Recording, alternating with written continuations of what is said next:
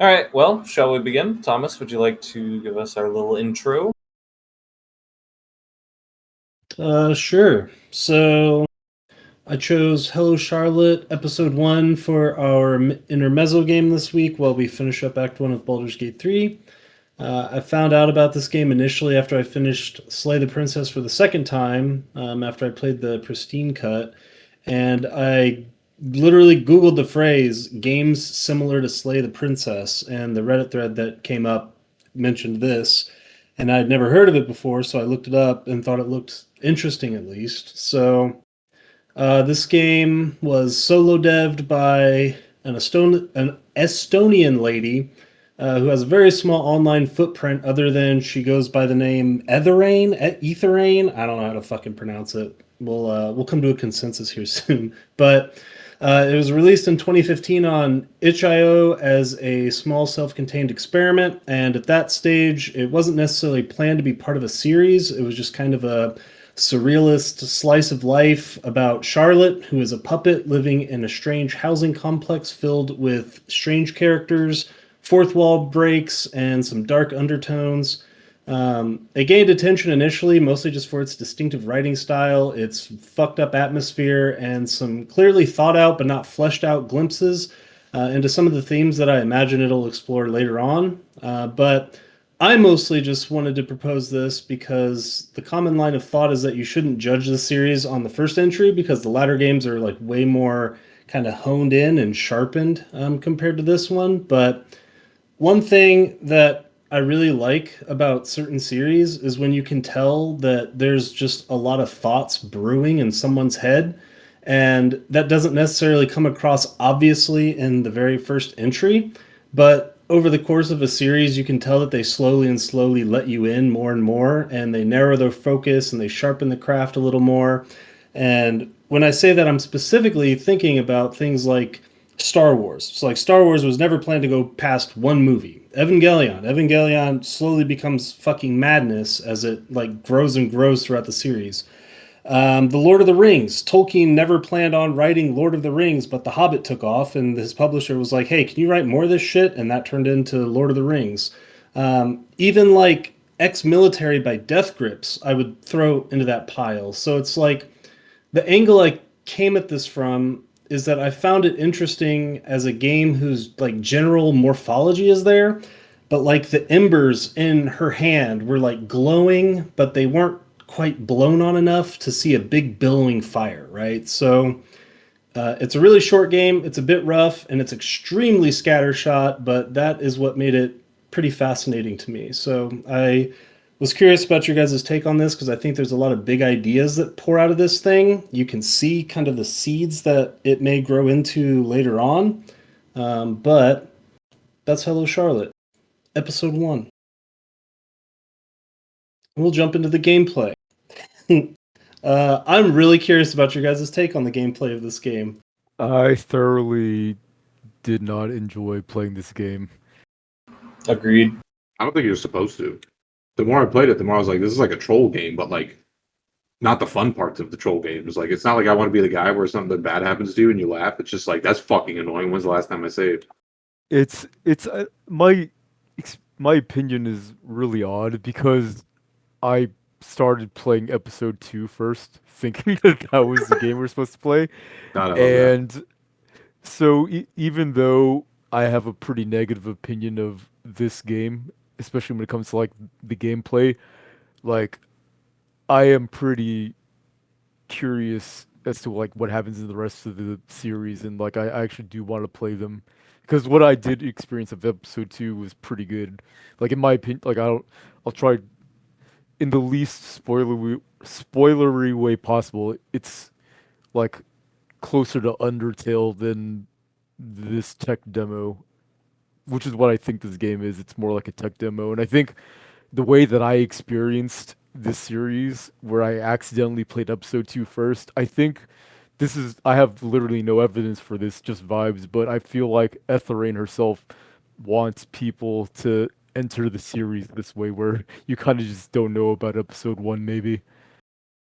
Yeah, honestly, like you can tell that this game is very like self-contained. Like the ending to me is what screams the fact that she never planned on making like an entire trilogy out of this thing. But it is hilarious to me that you did play like probably what, like 45 minutes of the second game first. Yeah.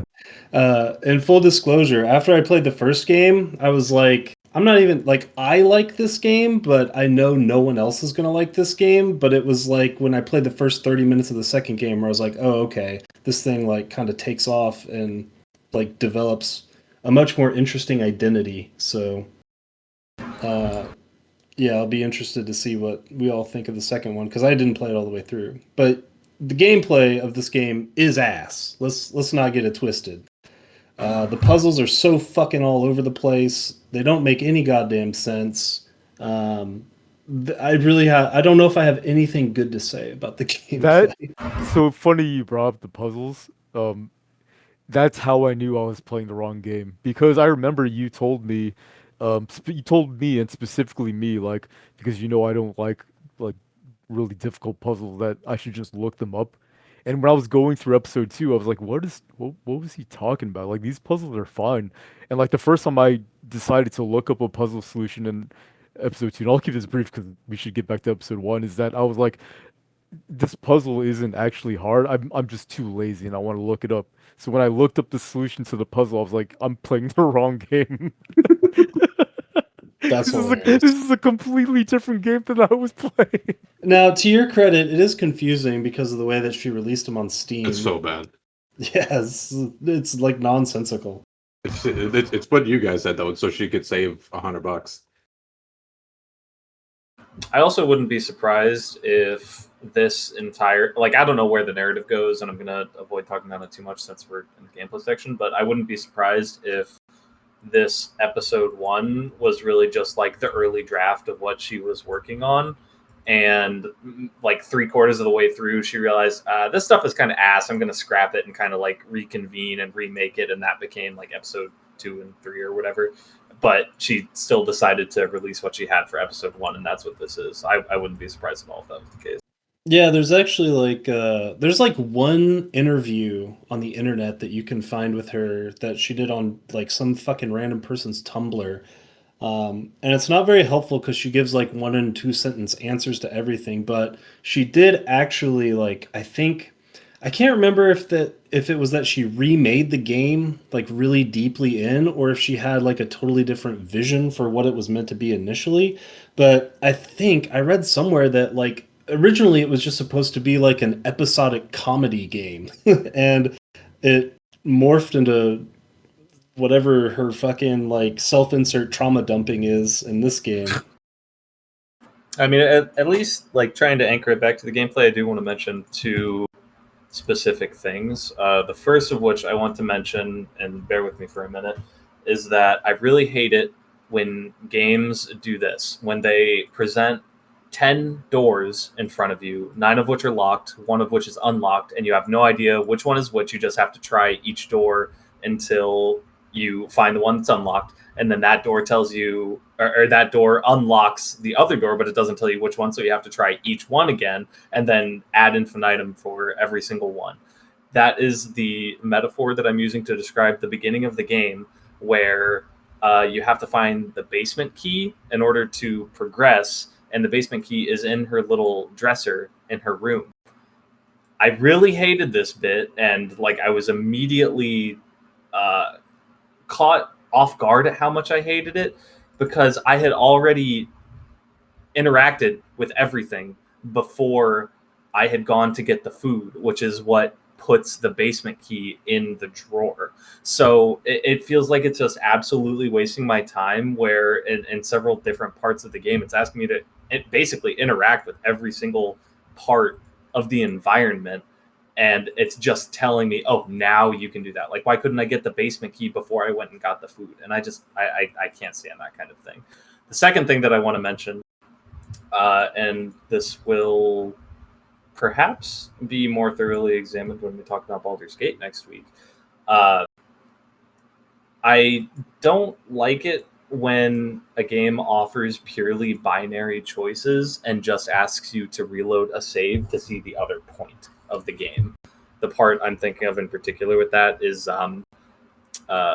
towards the like very end of the game where you have to choose between Felix and Charlotte to stay, and you like if you just so happen to choose the bad one, then you just have to go back, reload, save, basically do the same shit but with different cutscenes. Like I don't like when it's not dynamic and it's just asking you to do the same thing again. Yeah, it's funny that I kind of sidestepped that issue because I used the guide. Huh. Well, But, I was using a guide for the entire thing too, but I still did both. Oh, you just wanted to, because you just wanted to see what happened. Well, with that particular part, I did choose Felix before I saw that it said that was the bad ending, but I might have done that either way. I'm not sure. Jordan? I'm trying to remember the first thing Seth said. Oh, the fucking door open thing. Yeah, it's yeah. This game I feel like was made like by someone who could draw and just wanted to like make something that they could like show their friends and be like, look what I made. And really isn't meant for like public consumption in the way that it basically is. Like it kind of feels to me a lot like at least the first, which I don't think anyone here has played, but it kind of feels like they just kind of did something like experimental, and then after they did that, they were like, that was fun. Let's make like one that's better than that. Because yeah, there's like no like level of game design, anything in the gameplay like whatsoever. Like everything Yeah, just feels like basically bad, none. and basically like it's trying to like just basically be shitty like the whole time. It's not Yeah. like trying to be fun. Yeah, it's like it's asking you to read a book, you know, literally just like turning page to page to page to page, but it's not telling you how to turn the page. Yeah, like the worst sections of this game are where you can actually like die during the like quote unquote platforming. Like I'm specifically thinking of like the end where you have to like dodge around the little eyes that move Yeah. around randomly. I don't know if you guys did this, but I played through the game again today just to kind of like freshen up my memory of it. And I didn't realize that like kind of like early on in the game when you're in like the library when you first meet back up with Felix, like before he gets beheaded, um, if you interact with a number of the like little books that are sitting on the ground, you can actually turn one on that will make the security drones in that place kill you if you touch them. I And did I that one. I almost just like I almost just closed the game and was like, no, this is awful That's what I because did. it's so fucking horrendous because you have to like navigate through these like narrow corridors where like the tile y axis is like 3 highs and they move constantly, so you just have to get like lucky that they don't move into you. Oh god, it was fucking horrible. Yeah, so that's why I kind of described this game as a tech demo because it felt like she had like a really cool idea for a story in her head, and she was like, "I'm just gonna use RPG Maker because it's the easiest thing, and it'll just let me like make a game really easily and let me tell my story." And that's we got episode 1 from that. That's my feeling of like Yeah. kind of how it was developed. Yeah, For sure. 100%. I think if a game like 100%, this I was agree. made now, it would be made in like Unity or something like Godot or something like that. The only piece of credit that I'm going to give this game, and it's I don't know, maybe I should mention this later because it's in spite of the gameplay, is that even though the gameplay was as bad as it is, I am like kind of interested in seeing how the narrative progresses in the future.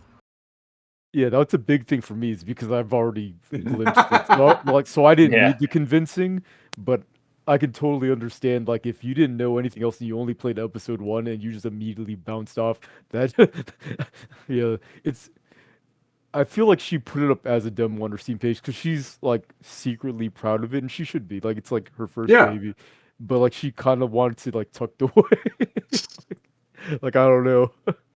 Yeah, I've seen like a non-zero amount of people say that you can just skip this game and start with 2, but I think that that's madness personally.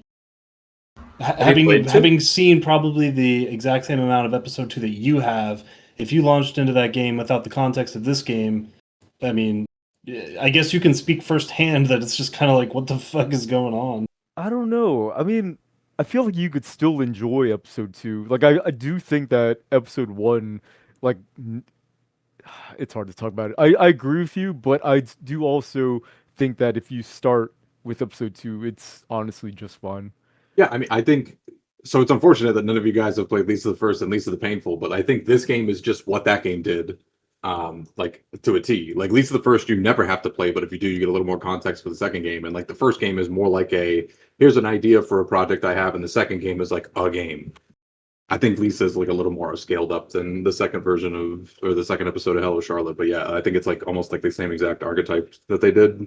Yeah, that does seem pretty analogous, and yeah, I mean, I don't really think that she ever scaled the like scope of the games up a lot because like all three games total less than 10 hours of gameplay. So I think like each successive game gets about an hour longer. Yeah. Like episode 1's 2 hours, 2 is 3 hours, and 3 is 4 hours. Man, that was a weird sentence to say, but yeah. And then there's like a fucking visual novel DLC for the third one.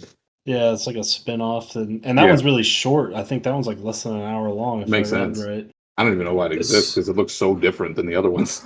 This is another game where I feel like I might have enjoyed it more if it was a visual novel.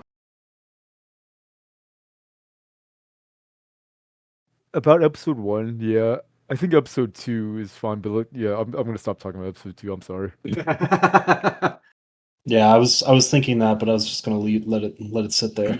Yeah. So like, I definitely had a profoundly negative experience with this game, but I think you're kind of like supposed to because like it's not meant to be anything more than like what I'm assuming is a teenager's like side project hobby thing. I'm assuming she was a teenager when she made this. She was young-ish. I think she was either in her very early 20s or like her late teens, Yeah, that tracked. which I'm saying like definitively because I saw some fucking image with her age on it at the time. Yeah, I mean, I think it's cool, and I think I'm still excited to play the second episode. And I even had the idea of like this was going to be like at least the first, and even then, I think it like still underperformed for what I was expecting, which is crazy. Yeah, because Yeah, like I guess if you guys like remembered those screenshots that I posted in the Discord channel Yeah. initially, like if you remembered them at all, nothing in this game looks even remotely as good as like the random shit that's in the second game. Yeah, I guess like the only place my head is at is like I'm giving this game a fair bit of leeway because, like I said, I can kind of understand the perspective of this being just a rough draft that she wanted to publish, and I'm not going to falter too much for that.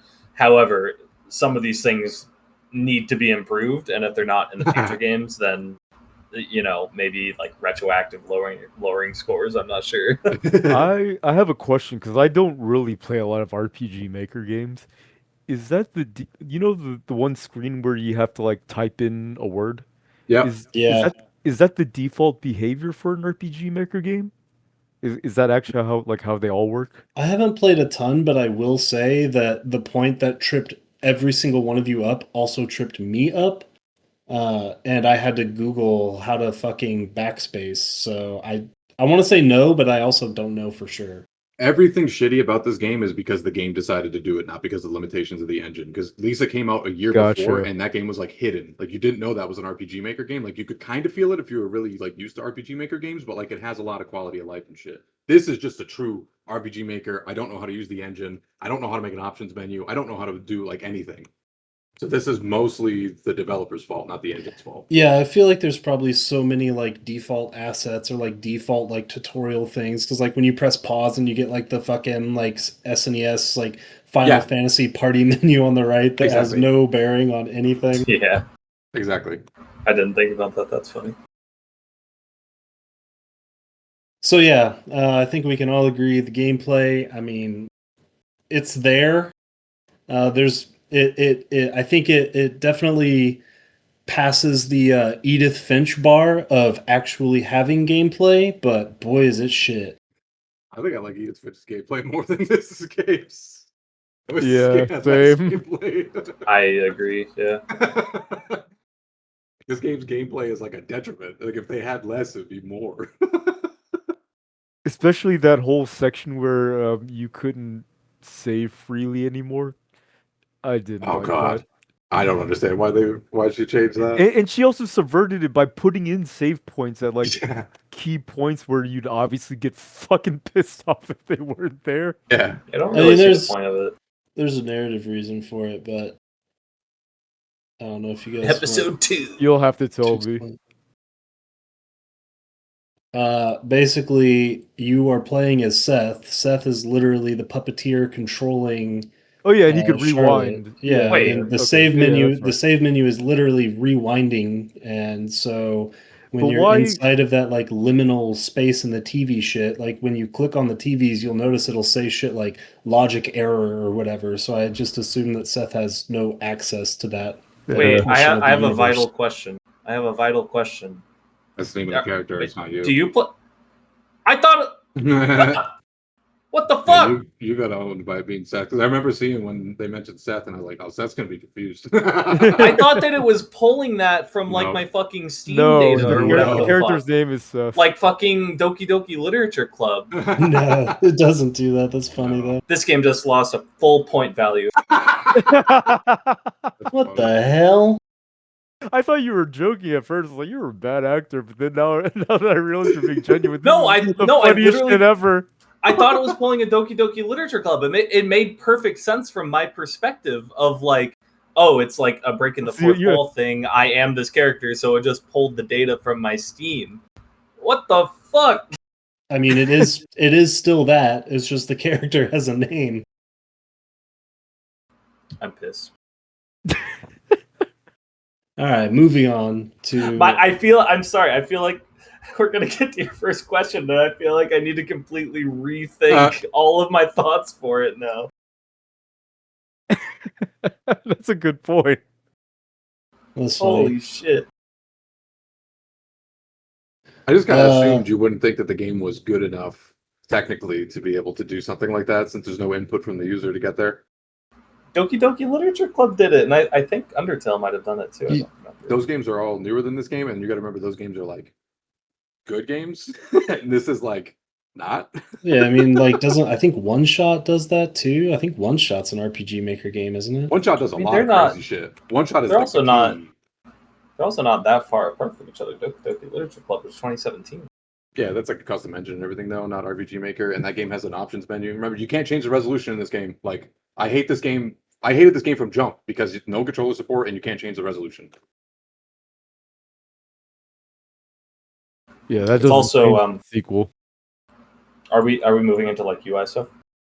I mean, unless you guys have more stuff you want to shit on the gameplay, but I feel like the point has been Yeah, gotten across. It's bad. Yeah, I mean, this game not having what Sesh said, and also, I believe, not having a way to lower the volume of its incredibly obnoxious sounds is pretty egregiously bad. Yeah. If why I there is love an the- option in that for the game and I missed it, I'm dumb, but, having to go into my Windows setting to lower the volume of the application is pretty bad. Yeah, and having to minimize this game is a exercise in wanting to kill yourself. at that point, you should just close the game and reopen it. And especially not offering those options when it has those, like, really annoying glitch sound effects that it does. Like, Oh, yeah. if I hadn't already lowered my volume in Windows, by the time that it you get to night at the beginning of the game and it plays that really obnoxious sound, Jesus Christ, my ears would have fucking bled. So I turned it down a little bit. When that happened, I dropped it down to basically like nothing. Like, I basically couldn't hear the game after they did that because I was like, go fuck yourself. Specifically, Yeah, I that don't blame one you. like glitch sound thing, because I was like, fuck off. And the music was just giving me a headache, but I mean, we're coming up to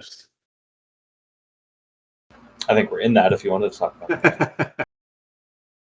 I mean, talking about, I don't know if you guys like the music, but I thought the music was like actually grating and not in like a good way of like, oh, I'm having like a viscerally headache bad reaction from this I shitty. just tuned it out. I don't really remember it at all. I agree, but I was actually okay with it because it's like, other than that one like glitch sound effect, which I don't know, that one is just grating to my ears. I was okay with it. Oh, sure. Just from like a horror movie perspective type of thing. Yeah, I actually thought the music was fucking great, especially the track that plays at the end of the game is fucking awesome. I knew going into it. I was playing the game today, and one of the first thoughts that I had was, "Oh my god, Jordan is gonna hate this fucking music." Yeah. Yeah, like generally I'm okay with this kind of stuff personally if like they're doing it for a purpose. Like if it just sounded like dog shit and the purpose was not to make you unsettled and uncomfortable, then I would hate it. but the purpose was to do those things, so I was okay with it, even if it wasn't something that I actively wanted to listen to.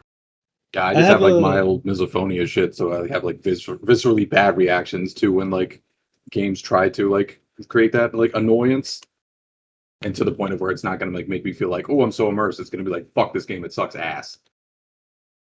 Yeah, and like accessibility options, which should definitely exist for stuff like that. Exactly. Sorry, I have a word that I think describes this game kind of holistically, but I'm gonna wait until we do our final ratings so as to not spoil it. But I think when you hear the word and the way that I apply it, it will all make sense. And the music and like just the BGM and the ambient shit, I think all kind of plays into the word in my head. But yeah, I really liked. Well, I guess I won't go so far as to say I really liked the music, but I liked having the music on, even though it was mostly just kind of like ambient horror loops for the most part. I think it fit the vibe extremely well. One music moment that I did like was when you switched the BGM in the silent film world. I actually wish the game had more of that shit. Yeah, that was great. Fucking little like ragtime piano song. Yeah, it was perfect. What'd you guys think about just the overall like art presentation of the game?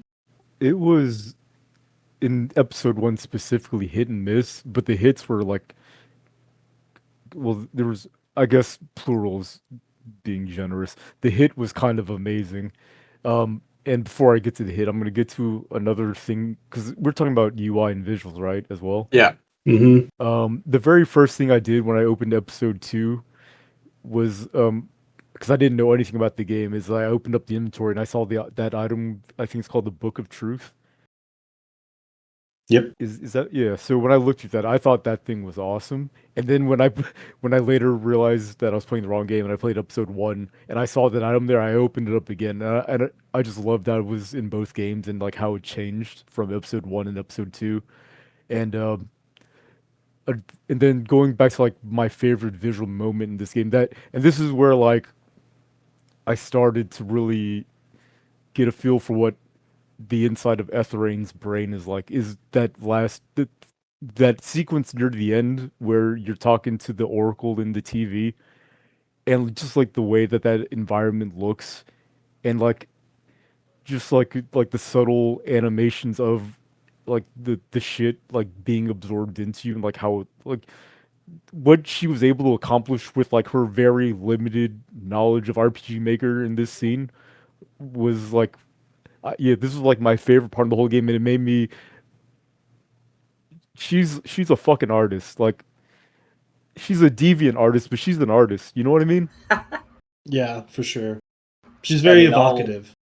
I'll also make a strong statement of like I just like this game is close to like a 0 out of 10 if it didn't have the standout art moments for me. Yeah. I think Ben summed it up perfectly. She's an artist. She's not a game designer. Yeah, for sure. I mean, if the design of this game is why I made you guys play it, I should be fucking drawn and quartered. I do want to say like I've been over here trying to think of a corollary and I can't think of it, but something does rub me the wrong way when a game goes from what feels like, and this is harsh, I don't mean it as harsh as I do, but when it goes from feeling like it's incredibly low effort to incredibly high effort, that being like the baseline assets when you're walking around, into like the really well hand-drawn stuff, that kind of rubs me the wrong way sometimes. Again, I'm giving it some leeway because of what this game is compared to the other ones, and it's something I'm going to keep an eye out for the other ones, but it just rubs me the wrong way. I can't, I don't know how else to put it. It's just like you put all this effort in to make these beautiful scenes, these like stills. So what happened with everything else? The stills are in her like wheelhouse of expertise, obviously. I think this wasn't meant to be like a fully fleshed out, complete top to bottom package of a game. Yeah, It felt just like a shell for her making drawings. I think it's probably fair to judge this game as a game that should be held to the standard of like a full ass regular game, but I also think that um, I don't know, doing that's kind of missing the point, I think. Yeah, Because obviously this lady did not know what the fuck she was doing, more than likely, when she was like putzing around in RPG Maker, and she definitely just had a story to tell and some drawings to write or drawings to make, and that was the vehicle that she chose to tell her story. yeah. I don't mean to sound like overly negative with what I just said. It just like is evoking those feelings that I get from other media. I'm thinking of like when an anime like One Piece, for example, has like pretty mid animation throughout the entire thing, but then that big story moment comes in, and now it's like hand drawn and fucking sick and awesome and beautiful. But like, why isn't the entire thing like that in that case? And it's just evoking those feelings out of me when I don't feel as strongly regarding that of this game than I do for those other things. I don't know. To me, I think that it's a matter of knowing how to punch, right? Because like when you have those like full blown like holy shit, look at what they just did moments, and they're few and far between, I feel like they hit a lot better, right? Like um prime example of this, Thousand Times Resist, um the scene where they're just driving through China and just like the regular real world, right? Works amazingly in that one spot of the game. But if they had used it two, three, four times, that would have sucked fuck. I would have gotten sick of it. That doesn't that doesn't feel like quite the same thing to me. Like, I guess all I'm trying to articulate is going from really really poor assets to really really good assets. It just rubs me the wrong way. I'm not trying to say anything stronger than that. With your example of 1000x resist, it is very intentionally doing that, and only a single time for the punch. But like with this game, for example, it has like a number of those hand drawn scenes. Like, they're great. I wish it had been like all of the game, and then the game is like half of the length. Well, I mean, you got to think about it from the game dev perspective. Like, drawing a portrait like that is, for her anyway, probably significantly easier than it is to draw a bunch of sprites and animate those sprites and then have them function in the game in a normal capacity. Like, that's way harder than just drawing a picture and then just having that in a single line of code in Unity somewhere, or RPG Maker rather. Again, I'm giving her leeway. I get it. That's just how I feel. Do we want to talk about how bad the accessibility is? I feel like we already did that, so I don't think we need to talk about it again. But it's probably the worst in any game I've ever played. Yeah, I mean, it's just non-existent, right? Yeah, I don't think it's in her skill set to make settings like that. So I mean, even just a fucking resolution, even being able to resize a window. We did that in Windows 3.1, you know? I think I didn't actually look this up, and I should have. I should have looked up what version of RPG Maker she used, because it's definitely not the one that like everyone else uses. Because usually F4 makes it full screen, but in this case, it did not. Yeah, I don't even think the full screen is good because if a game does full screen exclusive, I don't use it. I think full because I tab out of games too much to use full Oh screen yeah, this exclusive. game. Yeah, very quickly I learned that you should just play windowed, even Yeah. if it is like an inch tall. Yeah, Like it's the you tiniest still, window it's ever. still better than full screen. Yeah, exactly.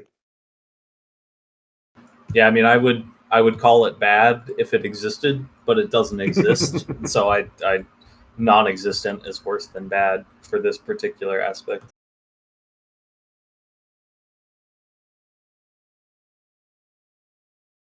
Well, you guys got anything else with Art Audio UI? I said everything I needed. Yeah. Oh, I like the character portraits a lot. Like on the dialogue boxes? Yeah, those are great. Yeah, Yeah. those are very good. Yeah, and the you did bring up before, or someone did, about like the menus having like those vestigial, like party member stats from RPG Maker. The portraits, I think that they're are they the same that are using the dialogue? Because think Well, so. the ones in the dialogue, there's like several for the particular line of dialogue. gotcha. Well, the portraits in the like the party list were also great. I like them a lot. Yeah, I thought they were very like evocative for the characters when they needed to be. It was very good. Yeah, agreed. Everything- Basically, anything that Etherain drew for this game is fucking awesome. Anything she coded for this game is ass. Yeah, exactly. Yeah. How did this is the last thing I would have talked about. How did you guys feel about some of the like abstract backgrounds? Oh, I fucking loved them. Very Earthboundy. I thought they were cool.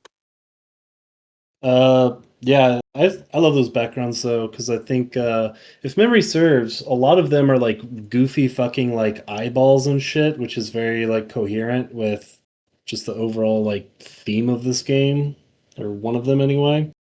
And I just thought they looked fucking cool as shit. I guess the only thing that I wish is that you get like a full view of more of them because there's some like in the I can't remember which room it is.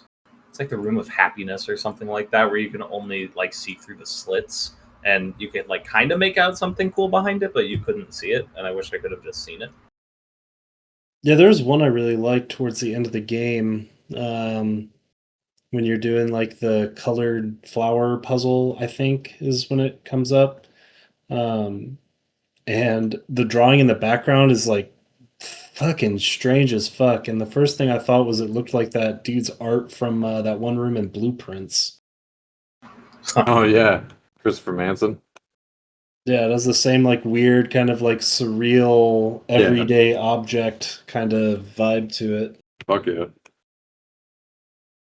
That's all I got for this section. Yeah, I'm good. Same. All right. Well, moving into the meat and potatoes of this game, which is the narrative.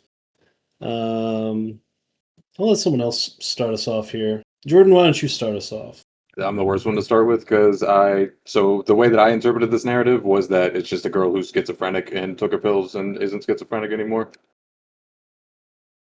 That is the extremely literal interpretation of it. Yeah, and I couldn't look anything up because I feel like I was gonna get spoilers for episode 2, so I was like, I'll just let them tell me what the narrative is. Because yeah, I was almost guaranteed gonna spoil myself in future shit. So I was like, I'm just gonna go with what I saw, and then yeah.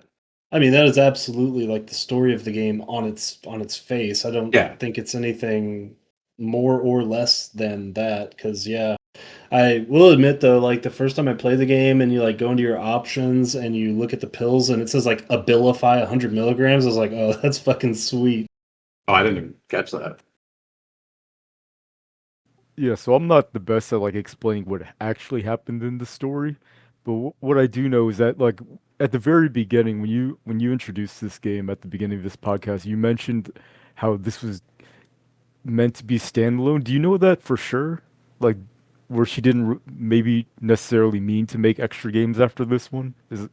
Is that something she said? I feel like I read that somewhere, but I am extrapolating based on the ending of this game that Yeah, because I agree 100%. I was just wondering if it was like 100% confirmed that that was her intention. And the reason why I bring that up is because when the story is boiled down to like the girl's playing with her dolls and she's medicated, um, if I didn't know about the future episodes, if if basically it was all a dream, I'd be super fucking disappointed. Basically, is what I'm saying.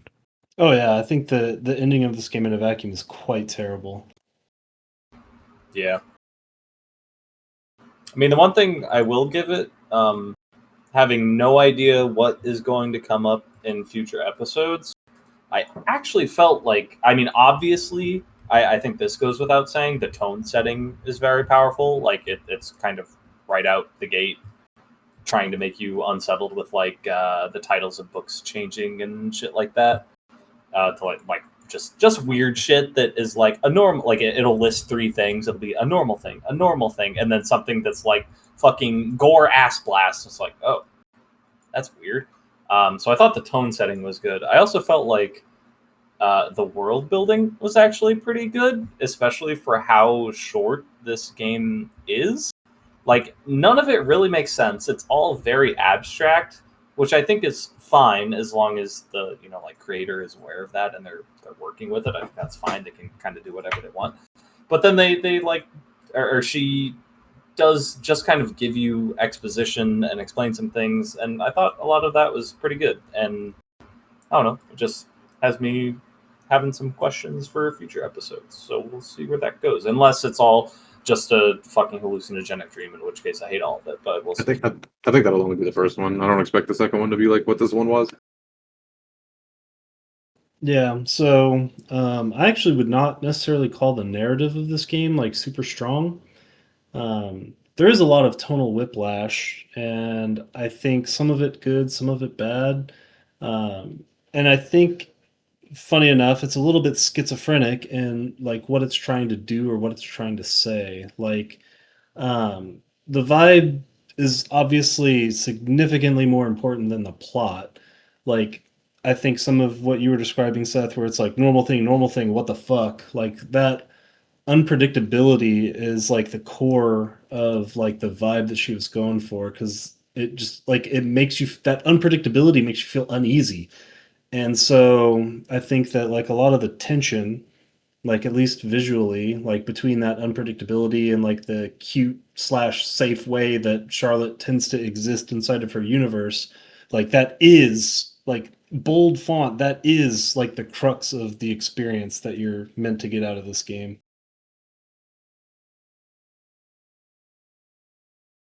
Yeah, I agree. And I think that if you told me that the goal that she was going for with this game was to just like create a uneasy, unsettling, mildly horror-ish world, then if you told me that, I would say she was successful in it. Yeah, and just to like backtrack very slightly into that section, like I do agree with Seth somewhat where like it felt like there was a little bit too much of like the really crappiness, like the big the whole section with the maze, like stuff like that where it's just like just really really bad.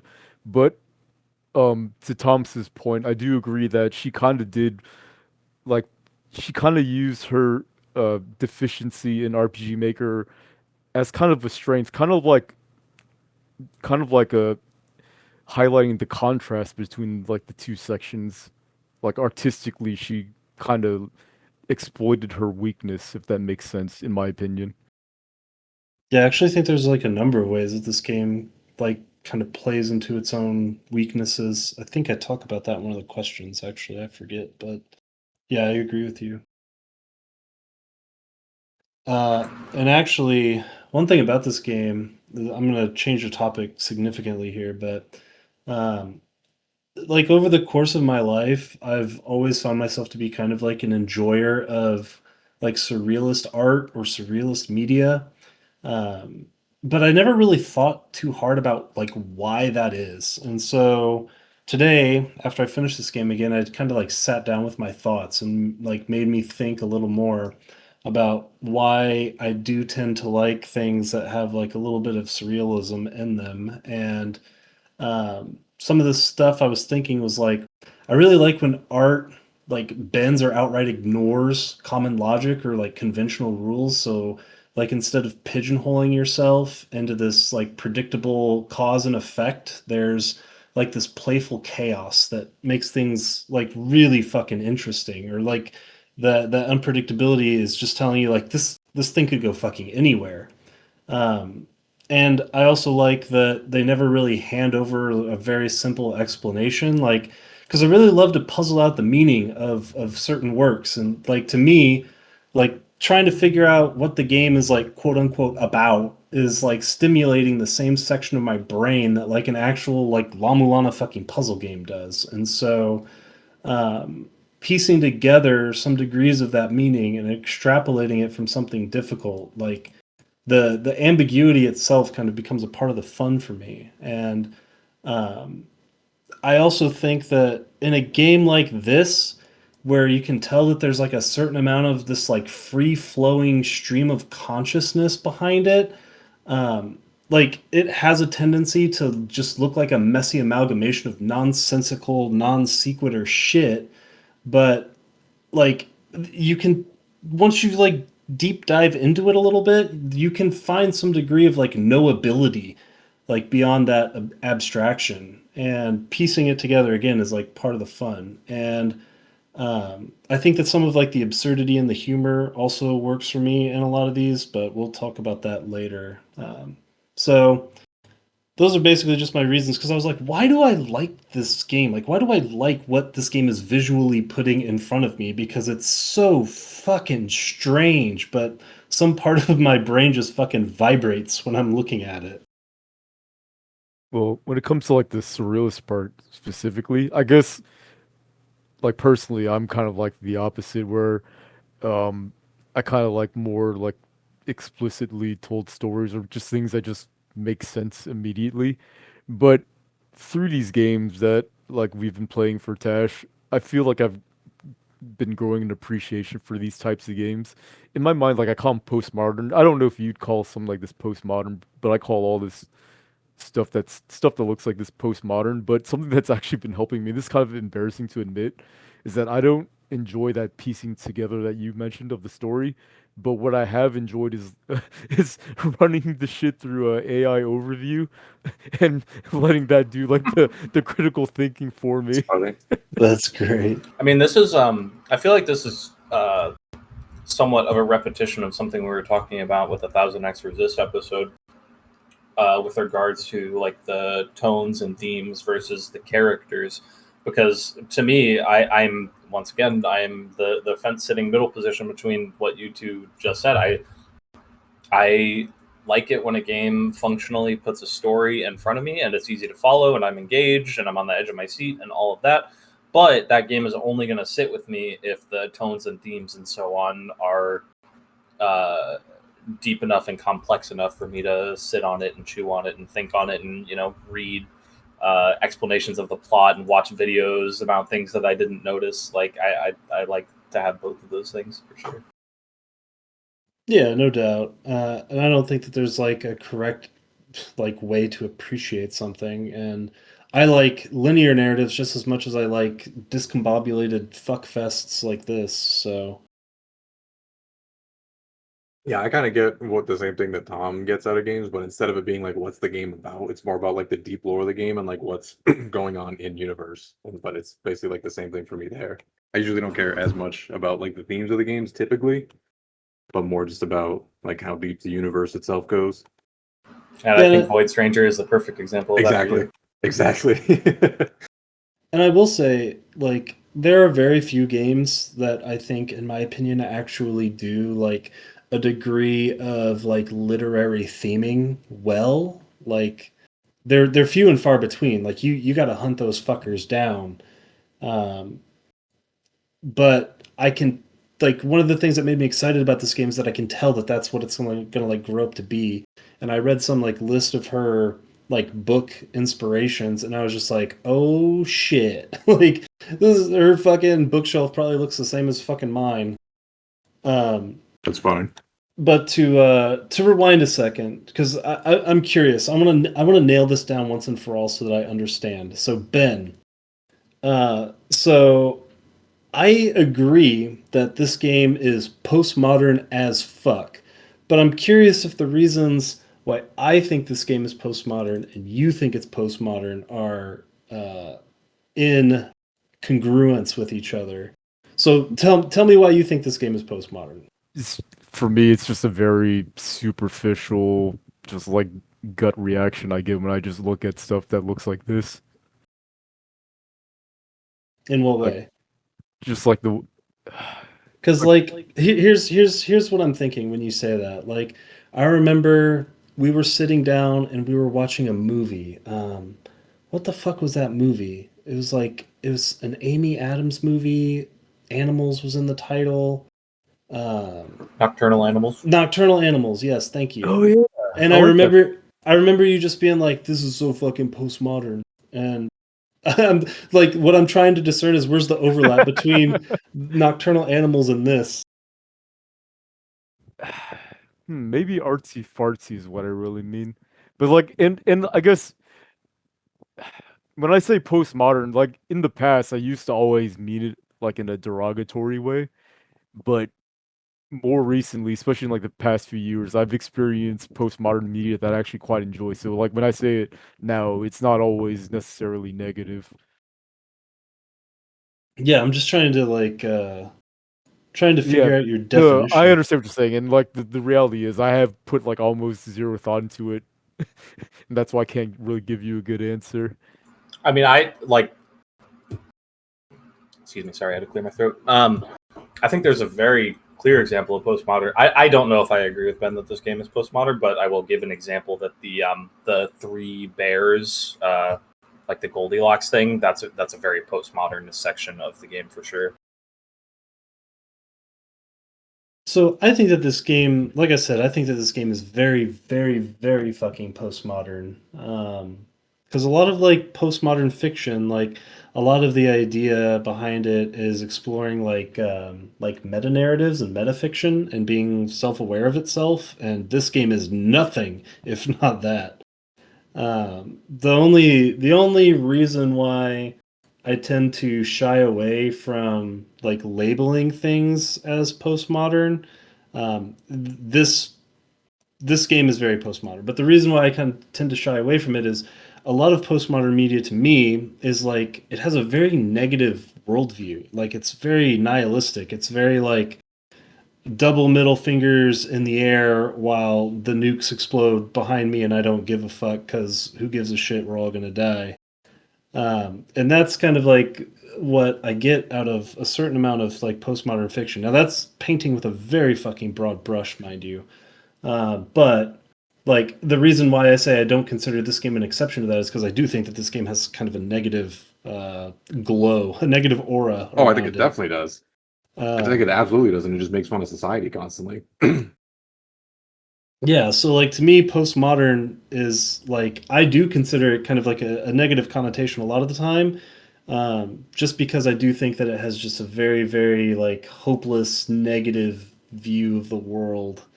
Um, by and large, again, painting with a very broad brush there. But this game, I think, is definitely postmodern. Now, would you think like the difference? That's like the easiest way for you to break down the difference between postmodern and post-postmodern too. Is like postmodern is hopeful at the end. Yeah, that's literally like Yeah, the main difference. Like I forget what like there's a fucking term for it. And keep in mind, like postmodern is a very illy defined thing because it's like new, right? I sure. never heard of it until you said it literally Yeah, 30 seconds ago.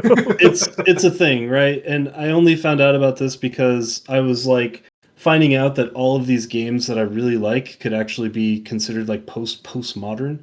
And like the main difference between that and postmodern is literally just the fact that like post is basically saying, yeah, we're all going to die. Maybe the world kind of sucks, but look, we can live like a happy, fulfilling life in spite of that, which is the part that just regular postmodern shit kind of tends to forego, which is just the fuck the world, we're all going to die, who gives a shit side of it. I have a question completely unrelated to this game for you. This is just a thought that came into my head as you were saying that. Would you consider Automata postmodern, but the original Nier postmodern? Um, Oh, that's good. So I think that's true. The more I'm thinking about it. I think the original Nier is postmodern. I think Nier Replicant is postmodern. Nier Replicant version 1.22, like whatever. Oh, because of the new ending or Yeah, whatever. yeah, That's yeah, fair. yeah.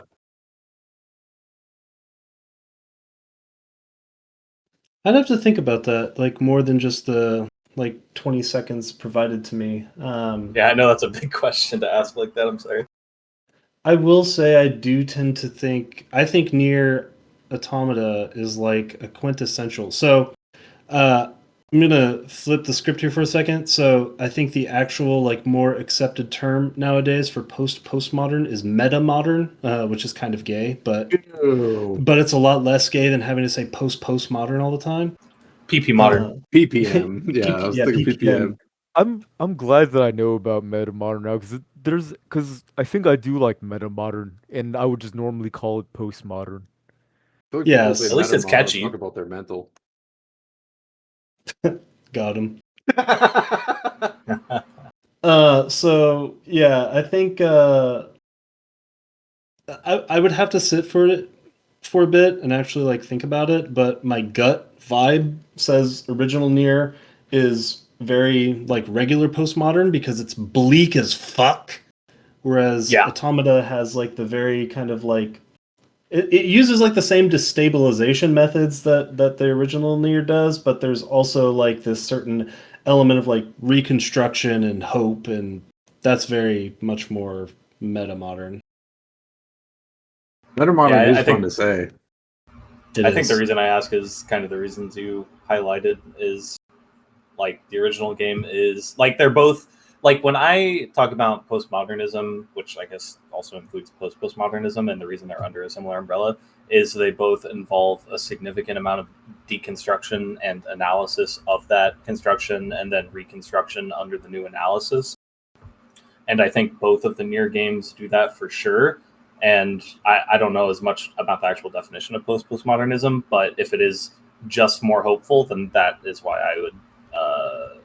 I don't know if you were outright saying this, but I would definitely say Automata is postmodernism and Nier is postmodern. I just I just realized I'm contradicting myself even though what I'm about to say is true and I've been consistent with this, but I think the first Nier is better than Automata, but I also said that I like meta modern more than postmodern. So I They're very actually, different games. It's hard to I don't know. It's hard to say. yeah, and without getting like too deep into Yeah. Nier in the Hello Charlotte episode, yeah, sorry about that. no, that's not your fault because I'm gonna like Yeah, it's agree my with fault. you that I actually do like the original Nier more than Automata as well. At least like from a purely deconstructed plot point of Yeah. view. Yeah, I think yeah. To piggyback on that, I like Nier more as like a narrative experience and what it presents. Automata is just a much better like actual game, especially like the original Nier. And I like the theming of Automata more than I like of the original Nier. And I think that's probably because it's postmodern versus metamodern, and I like more like hopeful shit rather than just everything sucks. Yeah, exactly.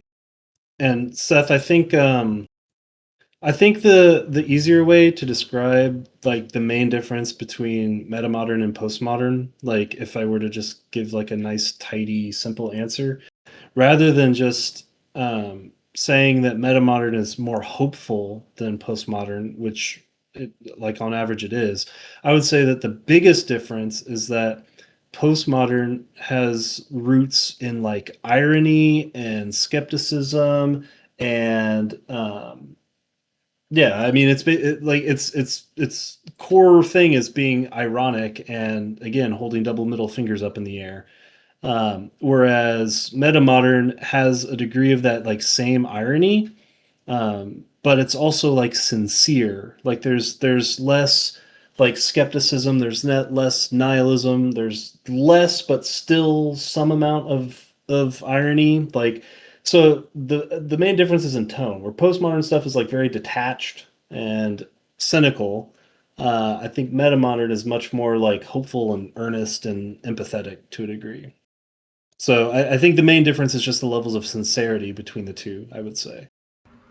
I think we could probably talk about this for a while, but I'm not going to ask a follow up question because we're in the Hello Charlotte episode. Yeah, fair enough. So I'm curious, and uh, this is kind of a gotcha question, but I'm not trying to make it a gotcha question. I'm more just curious if you guys sat with it.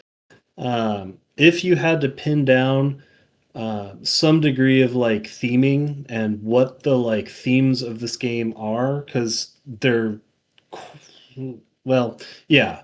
Uh, like even though the plot meanders all over the fucking place, I feel like the themes are very, very, very consistent. And they even if the plot meanders, the themes never do. So I'm curious what you guys came away with thinking that they were.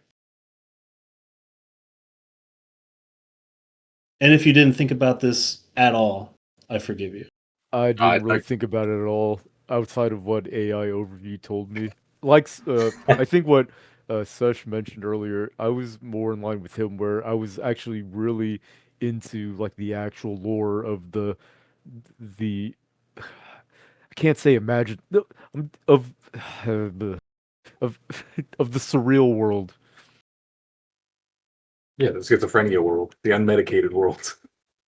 Yeah, Uh, exactly. no, I'm with Ben though, and I had such like a negative experience with the rest of the game too, and then that mixed between I don't want to look for external sources because I don't want to spoil myself on future games because I figured this was going to be like a as mentioned in episode 2 and or whatever. So basically for me, once they did the whole like Mario 2, basically like she's just schizophrenic ending, I was like, yep, Alt F4, see ya. I guess like if I just had to take what the game is presenting me, and this isn't like a particularly deep analysis, but I feel like if I had to like just describe it very simply, it's just trying to give a, a mode of how you should operate in the face of like anxiety and horror and etc. Which is like how Charlotte is consistently aloof and happy and empathetic. Yeah, I mentioned that later on in one of the questions too. I think about that like juxtaposition. All right, well, interesting. I just wanted to I wanted to poke your guys' brain on that one a little bit. Do you want to jump into questions or starting to skirt around them? Yeah, we can. Do you guys have anything else you want to say? I guess if I had to sum up my thoughts on this game, the narrative of this game, like I don't think I wouldn't really call the narrative of this game good in like a Aristotelian sense, but it does use its form and structure to reinforce what it's trying to say in a way that is both interesting and kind of keeps you trapped in this like weird, disoriented headspace. So I still liked it, is what I'm trying to say. I also thought that, well, I'm not gonna say also. I thought the narrative of episode 1 was bad, but I also forgive it a lot because of episode 2. I think that's again like I think that's kind of the point. I don't think this is meant to be like a narrative bombshell or anything. I think it's meant to just kind of be like an introduction to what this shit was going to be. Either Yeah, that no, or it's Yeah. meant to be like a fucking hey, check out what I made to like her friends in grade school. Yeah, I mean, I try in all things never to presume authorial intent with things, but if her intention with this game was just to create this like world where you're unsettled and uncomfortable and uneasy, and then provide the stuff that I'm going to answer the second question with via Charlotte, then again, I would say that she was successful in that for the like short Yeah. amount of time that this game presents.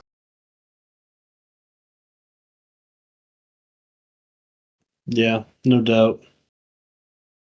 I had something I wanted to say to finish that up, but it promptly left my brain. So instead, we can just hop into the questions. So, question number one. When a game draws attention to the fact that you're playing it, i.e., self awareness of an outside observer or director, how does that affect your experience? We will start with Seth. Well, considering I thought this game was going much more fourth wall breaking than it actually was, considering the narrator that you are functionally playing as is named Seth, uh, I that's still just wigging me out that is the case. But I mean, I'll just say like broadly, generally, I think nowadays when I see it in a game, I think it's a little bit overdone. It's a little bit trite. I don't think that it is something that is of value very large majority of the time without a strong purpose. And there are very good ways of doing this, to be clear, like Nier Automata's ending, for example. Um, but yeah, I mean, my feeling is generally that I don't think that it's just something you should stick in a game and oh, now I'm breaking the fourth wall. I'm so meta. I'm so cool. It's so interesting. It's not going to add value without a lot of work around it to support why it's doing that. in the context of how this game uses the narrator as that functional fourth wall break, I it's hard to reanalyze it now that it's not just me. So this is just kind of my like, my feelings to it as I've been thinking about it through this episode now. But I actually think I kind of like it in this game. I think it's a soft touch, and it's almost like it's to me, it's not that much more of a fourth wall break in this game as something like an RTS where all of the characters are referring to you as the commander, like in StarCraft or whatever. I think it was done reasonably well in this game, and I think it adds to the purpose of Charlotte, I think, in a functional way. Yeah, I agree. It was really weird for me to read this question because when I played through the game, I didn't consider, I didn't even think that the fourth wall was being broken. As crazy as it might sound, me saying that, like, so when I read your question, I had to like use AI overview to tell me how it was breaking the fourth wall. So when they mentioned like Charlotte's the puppet and there's puppeteers, yeah, and I realized you were it's just like, nah. yeah, it's when you're the observer, and ultimately, I actually so I thought it was well done because I didn't even think it was breaking the fourth wall, but even now, even recontextualized as breaking the fourth wall, I liked the idea that we are the observer because it's like it's like a diegetic explanation for why you are in the game. And it's kind of like if you took like a fantasy RPG that has a magic system where you cast Fire 1, Fire 2, and Fire 3 versus a game that like explains how the magic system works. Like you have to like collect elemental essence from like some other realm and you like bring it forth into reality, shit like that. You know what I mean? It's like just like a simple, a quick Yeah. explanation for like why the thing is the way it is. Yeah, for sure. I think it's like a interesting thing, kind of like to what we always talk about with like small games of how it's like, just tell me why I'm there. It kind of like tells you why the camera's there, basically. For me personally, I don't like it when games do it unless you earned the currency through the game to allow yourself to be able to do it. So basically, like if you just do it, like if you just start at the beginning and then like in the first 5 minutes of a game makes a joke about how there's a player in it or something, I fucking hate that shit. I think it's cringe and it's terrible. I'm fine with it in tutorials, like you can talk to the player directly because that tutorial is talking to the player directly. So I don't really think that that's like the character talking to the player or anything. In theory, I liked what this game did, but I don't think it earned enough currency to like break the fourth wall, kind of like how it did. I think if it was kind of like an ending reveal or something, or like saved for the second game, it would be better and more impactful for me personally. But again, that's just because I kind of have that like invisible currency system of like, is this cringe or was this cool? Interesting. Yeah, for me, so I actually love when games do this well. I think doing this well is an extremely hard task, and I think doing it well involves kind of doing what this game did, where it is setting the tone of you as the like observer or whatever from like the very beginning. Like it can't just be something that's just kind of like injected like halfway through the game with some like random throwaway line. I think if you're gonna do it, you have to do it early and often. And so like the games I listed actually that I thought did this well, like literally the four games I wrote down here. Undertale, One Shot, Doki Doki Literature Club, and Slay the Princess. I think that these five games are probably what did it the best, at least of what immediately sprang to mind when I was answering Wait, this question. what was the five? I only heard four.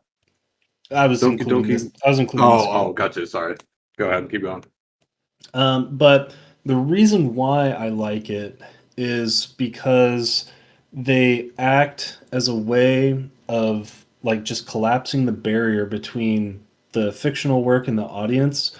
And I think that it works in a way that it can make like your player agency feel more like responsibility and when you morph, just like generic agency, press the button, move forward, into I am responsible for the person on this screen right now, I think that can tend to lead to like a lot of extremely emotionally peak moments.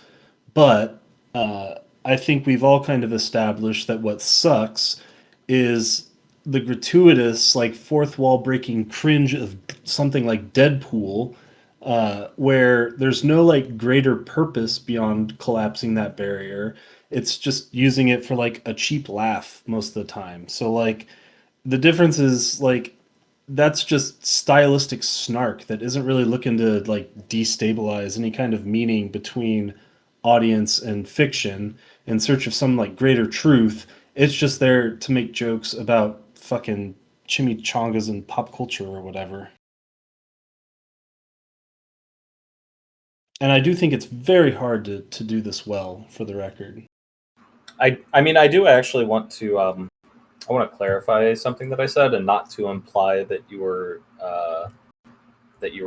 disagreeing with anything I said, Thomas. But I do just want to acknowledge that fourth wall breaking is not something that is fundamentally definitionally bad.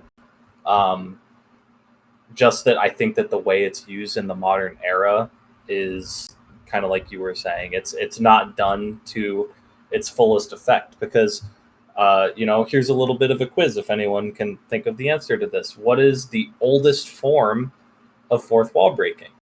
And the answer, I'll give you like 3 seconds to think about it. 1, 2, 3. Is in theater with soliloquies. Soliloquies are breaking the fourth wall. It is the character speaking to the audience about what's happening. And obviously, soliloquies are fucking great, like 99% of the time that they're in theater. And I just think that a lot of modern games use it, kind of like Thomas was saying, to a comedic effect when it could be used for much more of a better dramatic effect. Yeah, I Yeah, mean, I like agree with that. Go, Tom. Yeah, I was just gonna say, like, yeah, when it's used just for comedy, it's no good. But when it's used to transfer, like I was saying, transfer agency into like ownership or responsibility, I think is when you can tell that it's been done well. Yeah, I think that's like the main thing. I think, and you like nailed what I was gonna say too. Is like usually if it's for comedy, it probably sucks. Like Banjo Kazooie nuts and bolts at the beginning, when it's like players don't like collectathons anymore. It's like that sucks. But when you do it like more like how this game does it, I think then usually it's just kind of like you're starting on a much higher step in the stairwell than like the ground floor with some bullshit like that.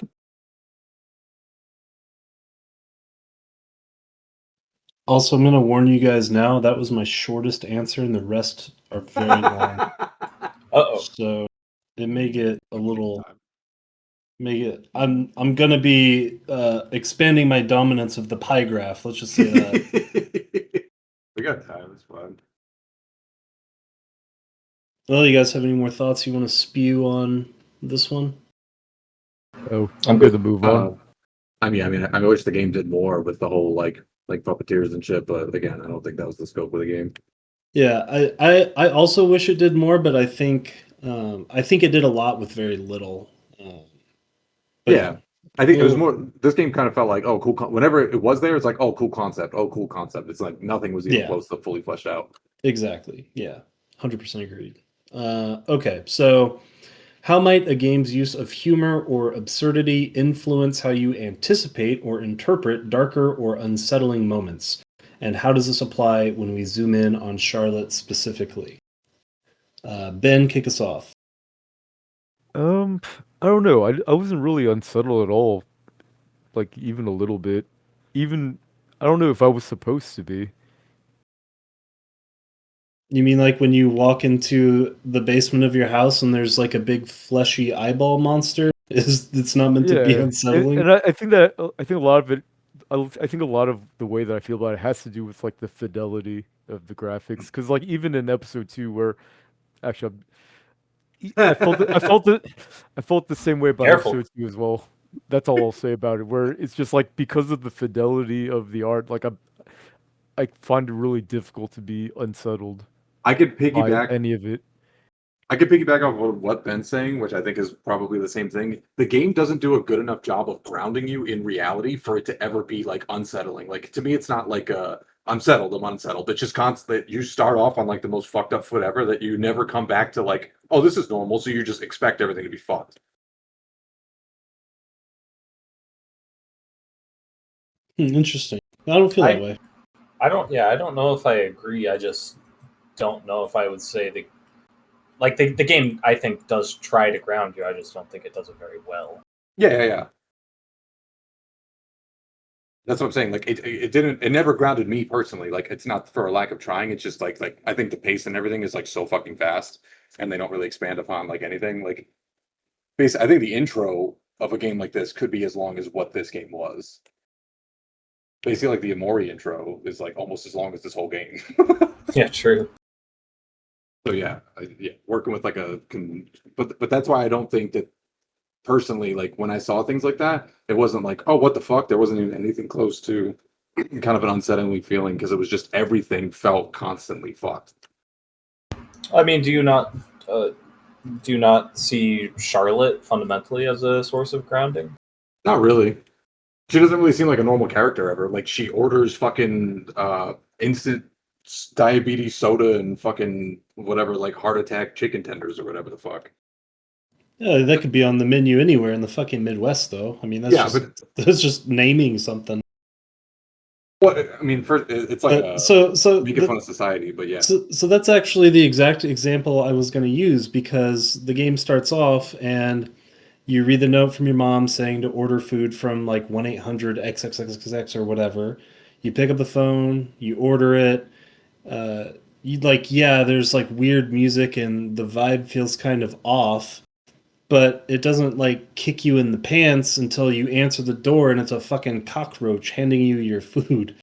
So it's like pretty normal, pretty normal, pretty normal. Huh? Pretty normal, pretty normal, pretty normal. What? Yeah, so when like when the cockroach comes to serve you food, like to me that's just like it just turns on the little boolean into my brain that says postmodern, and Yeah, then I just move past it. I'm with Ben. I mean, I see where you're getting at, Thomas, but I actually don't agree that that's where the unsettling part comes from. I think that in a lot of ways, this game has like tone and structure similar to a horror movie, and something someone told me once is that, or maybe this is just a Jordan Peele thing. I'm not sure. Is that comedy and horror are inextricably linked, and they kind of always been, or like comedy and tragedy, for example. Like just think of the masks of Melpenoe and Thalia, I believe, the two dramatic masks that are like laughing and smiling that you see, or laughing and frowning. I mean, like it's always been a thing in theater and media, and in this game, I think the grounding comes from Charlotte's response to these things because there's a sense of like kind of a sense of comfort every time she talks because she's just responding so casually and relaxed to all these weird things. Like she just talks to a cockroach like it's just another human or whatever the fuck. But I think the sources of unsettlement, the unsettling feelings come from all of the smaller details that lead up to the jump scare. So, for example, in the intro of this game, it starts out like relatively normal. You're kind of just walking around as Charlotte, and you start reading books, and they have those weird like changes in the title, and it's like, oh, that's weird. You, like Thomas was saying, you read the like diabetes and whatever the fuck menu item. It's like, that's weird. You just keep getting all of these weird details that are telling you something's not right. And then the climax of all of that unsettlement is the like face the cockroach in your face situation. And you don't have to like the cockroach. That's okay. I don't like jump scares either. And I'm not outright saying that's a jump scare, but I'm saying it's a similar structure. And hold on, I'm rereading the question to make sure I actually answered it. For the record, that is literally what I was saying, by the way. Oh, well. Yeah, I mean, I guess all I'm trying to say, or perhaps agreeing with you on the fact that the unsettling moments in this game are the smaller details that make you just think, what the fuck? That lead up to the climactic moments. I think that's an important distinction. Yeah, so I'll read my answer to this. I think one thing that may have gotten lost in the sauce of answering this question is thinking about it generally and then zooming in.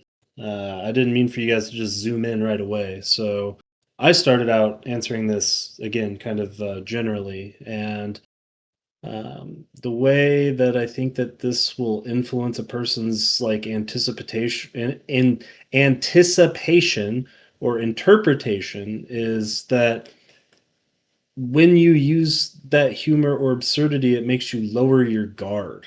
Like it sets the expectation that what you're seeing or experiencing is lighthearted and the stakes are low.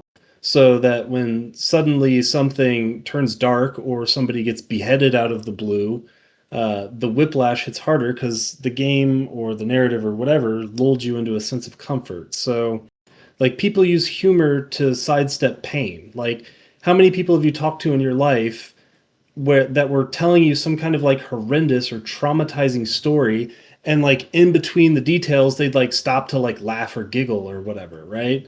Like I do that myself. And so absurdity is a mask that helps you to like cover up trauma, and part of the pleasure is recognizing when that mask is starting to slip in a narrative like this. And so it also kind of helps you, it helps remind you that like this is a performance, right? It disrupts that immersion so that you're never really safe inside of some kind of like suspension of disbelief. And the that estrangement can help you to accept some abrupt horror because you're primed to know that this world isn't stable, that this world isn't safe, that this world isn't normal. And so in Charlotte's case, I think that the game goes a pretty long way of trying to show you like these caricaturized neighbors, the nonsensical set pieces, like as a way to let you know right off the bat that this world is not following some kind of established logic. Like it never at any point wants you to feel like you're in some kind of like normal world. And so, like, when the horror happens, it kind of makes you just tacitly accept it and not dismiss it as out of place because it's adhering to the same, like, dreamy sort of logic that it's had from the moment that Charlotte woke up in her bed. Like, so it's just a question of, like, is Charlotte just some goofy, cheerful kid? Or is that humor like a survival mechanism in an oppressive or delusional, I guess, puppet world? And so the more that she leans into that bright absurdity, the more that you're anticipating something super fucking ugly is going to be behind it. And Seth, it's funny that you brought up what you were saying about horror and humor because what I wrote is horror and humor exist in parallel. And that makes you stop trusting that silly moments can be safe because every joke or gag or moment of humor could always be undercut by some massive slide down into some depth of fucking despair. And so, once again, because I was shitting on Deadpool while writing these notes, where Deadpool uses humor and absurdity as more of like a release valve when things are getting too despairing or violent or whatever. Um, and I wrote parentheses C bathos. I know Ben's gonna like that one. Hello Charlotte doesn't use that as bait. It's using it to lure you into reading Charlotte and her world as quirky and harmless, but then it's going to twist that absurdity into showing you that there's really a big sense of fragility and denial behind the curtain of that absurdity or humor. I had to Google Bathos. I remember us saying this all the time when we were watching Marvel movies. Fucking bathos. Yeah, I'm reading the definition, and yeah, it's what I'm reading is correct. You taught me that word. Did I? Hilarious. Fuck, I don't remember that at all. I think Ben has Alzheimer's, dude. Fuck. Maybe I'm Charlotte. You need 100 milligrams of Abilify?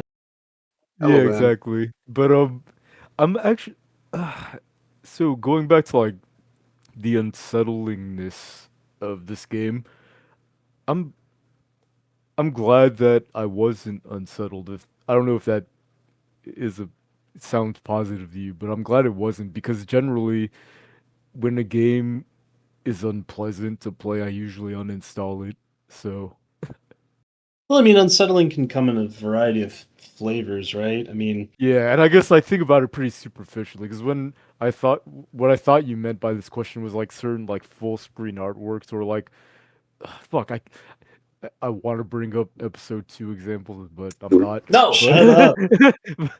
But stuff like that, like I feel like her intent maybe, and maybe it's not her intent, but like the way that you explained it made me think that I was maybe like not getting the full effect of what I was maybe supposed to be. Maybe kind of like how I experienced Clair Obscur, like maybe I was like missing something. I mean, I I think don't the think. important thing is to acknowledge when a game is trying to do something rather than whether or not you feel the way it's trying to make you feel, you know? Yeah, Yeah. exactly. Like I have a good sense for like filling in the gaps in fidelity in a game like this. Like, I don't know, maybe because I like read a lot of fucking books, I can just kind of tap into that like I don't know, part of my brain that can just Well, imagine what the intent y- is and allow that intent to kind of just like wash over me. You know what I mean? okay. I mean, I can see what you're saying because I was actually thinking of something just now where I've been playing Fate Stay Night, the visual novel, and there's just like certain things that can untell me. There is like no image at all. It's just a sentence. You know what I mean? Like, and that can unsettle me. But like, I feel like the fact that graphics were used in Hello Charlotte detracted from its ability to unsettle me. Yeah, and I mean, I think that that's fair because, like, if the like graphics and the presentation are like so bad to you that like like you're more enveloped in thinking about how shitty everything looks rather than like the mood or the vibe that they're Yeah, trying to like put forth, then like nothing's ever gonna work. yeah. I think that's definitely where I was at towards like the basically the very end of the game. But I think it's just because the game, like, yeah, Charlotte is kind of a normal character at the beginning, but even then she still kind of feels off. But there's no like major chord music or anything that's playing. You don't like see your parents or anything like leaving. Like it just kind of starts off in like a kind of unsettling spot and only goes worse from there. Is what I'm saying by like the lack of grounding that the game is missing. It is funny comparing that experience to the Omori experience because I'm guessing Exactly. that's where you got a lot of that from, yeah. Exactly. Amori does a Or fucking like, fantastic job at grounding you and then yeah. immediately fucking you up. Oh, yeah. But yeah, this game is just kind of like fucked. And then it's just like a wave of like fuck. And when you open this door, you're like, how fuck's this gonna be? How fuck's this gonna be? The most unsettling moment I think is when what's his name lost his fucking head. But even then it's still just kind of like, oh, wow. More than just like a holy fuck kind of moment because the game is so like you're never 2 feet on the ground kind of game. Yeah, and I mean that's like it's like by design, right? Oh yeah, But for sure. Without a doubt. um yeah, for sure. All right. Any other thoughts? That's all I got. I'm good. Same. All right. Question 3. What do you think this game is saying about the relationship between appearance and reality? I will start this off because my answer is very long and intense. Thank you, So because I was also struggling with this question, so having you as a prompt will help. Yeah. Same. that's also why I'm starting it because I figured that was the case. So, all right, buckle in. So, one thing that led to this question, and a lot of the questions I've had throughout my fucking life, stems from this one time I had something of a private emotional crisis in a Mexican restaurant, specifically Don Rigo in Greenfield, Indiana. I remember sitting there with my entire family and I was just extremely lost in a single thought, which was if our brains are just acting as interpreters for our eyes, how can we know that the way that we perceive, like visually, reality, isn't just completely unique to our own existence? So how can we know that a cat is truly a cat or that the sun is truly the sun? Like how can we know that these aren't just incorrect interpretations from a potentially faulty brain? And so I must have been giving off some kind of like brooding, fucking furrowed brow look because I remember someone in my family was asking me like, "What's up? Are you okay?" And I tried to explain the thought that was in my head, and everyone just looked at me like I had 17 heads and went back to eating their fajitas or whatever. But the thing that lingered with me was, what if I actually do have 17 heads? And so the most obvious thing to me in this game is that it never lets you trust the surface. There's so many things that look cute or quirky or safe. There's all these doodly portraits and weird neighbors and surreal vignettes, but the more you spend time in it, the more that you realize that quote unquote appearance is just a stage prop. And so the housing complex isn't necessarily a real world. It's a cardboard set piece where the audience, us, can sit back and watch Charlotte dance around like a marionette in like an almost literal sense, right? And so the statement, if you want to call it that, is that appearances are masks, and sometimes literally. So the cuteness is a mask for horror, the humor a mask for trauma, the characters themselves wearing masks that may or may not be parts of Charlotte's own fractured psyche or symptomatic of her schizophrenic delusions. There's nothing to really ground yourself in. You don't even know if Charlotte herself is necessarily, quote, real in the way that a protagonist usually is. She's simultaneously a bubbly girl and a hollow doll who's only alive and moving because you're pressing the arrow keys. And so the tension that makes it interesting is that appearances aren't just deceptive, they also exhibit a certain fragility to them. They exist for as long as Charlotte, or maybe you, need them to, but they can shatter in an instant. And when they do, you're left staring into something much darker and less knowable. And so the game is basically saying reality isn't fixed. It's performant, a stage set, a coping mechanism, and what looks bright and safe is just scaffolding built on top of some tragic or unstable foundation. And that isn't always inherently correct to trust our brain's interpretation of those visual or emotional stimuli. Enjoy. I'll kind of bounce off of some of what I was quickly understanding there. I won't say that I know what this game is trying to say about appearance versus reality, but the one thing that I kind of operate off of is something that was a little bit ingrained in me from some of my college classes in psychology, which is just that perception. Your perception is your reality, and that's true in a lot of ways and in a lot of very interesting neurological studies that you can look up. There's a fucking million out there that are really interesting to look at. And I think that there is an element of that in this game for sure, because I think that Charlotte is... There's a lot of fucked up shit around her, and she reacts to fucked up shit very aloofly. And if your perception of that fucked up shit is that, or perhaps like, some of you guys that weren't affected by the giant flesh monster, if your perception of it is like that, where it's just like, oh yeah, I've seen this a million times before, this is fine, it's normal, then that's going to be your reality, even if it's not the objective reality. Like, this is not a common thing. You should be reacting more strangely to this. And I think in some sense, the game is saying that there is this, God, what's the word I'm looking for? There's a certain like grace or innocence to that, like an almost ignorance is bliss kind of thing, where if you're accustomed to something, it's just not going to be as damaging to you as it might otherwise have been. I said ignorance is bliss, but another way of looking at that is just exposure therapy. Like, the more you see something, the less affected you are by it. And I feel like a theme that might pop up in the future episodes that I'll be keeping an eye out for. Hell yeah.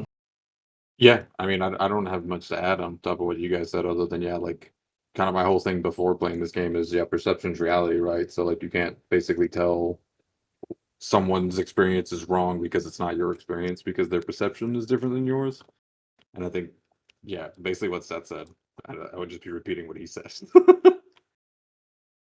I mean, I think there is an interesting conversation to be had with this in particular, which is that yes, perception is reality, but what happens when your perception is being altered by hallucinogenic drugs?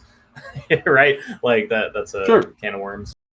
Yeah, and this is what, like, partially what got me on the whole fucking thing that I was talking about in the Mexican restaurant of, like, if it's so easy to alter our visual perception of the world, then who's to say that our brains don't just misinterpret the signals coming in? Like, how do we know that yellow is actually yellow? I mean, I know the answer to that. It's because fucking it exists in a 680 nanometer fucking wavelength or whatever, but like, why do our brains interpret it that way, and why couldn't they interpret it in a totally different way? And so the question that like lingered in my head is like, what is like the absolute objective perception of reality? And that's just not a question anyone will ever know. Yeah. It's impossible.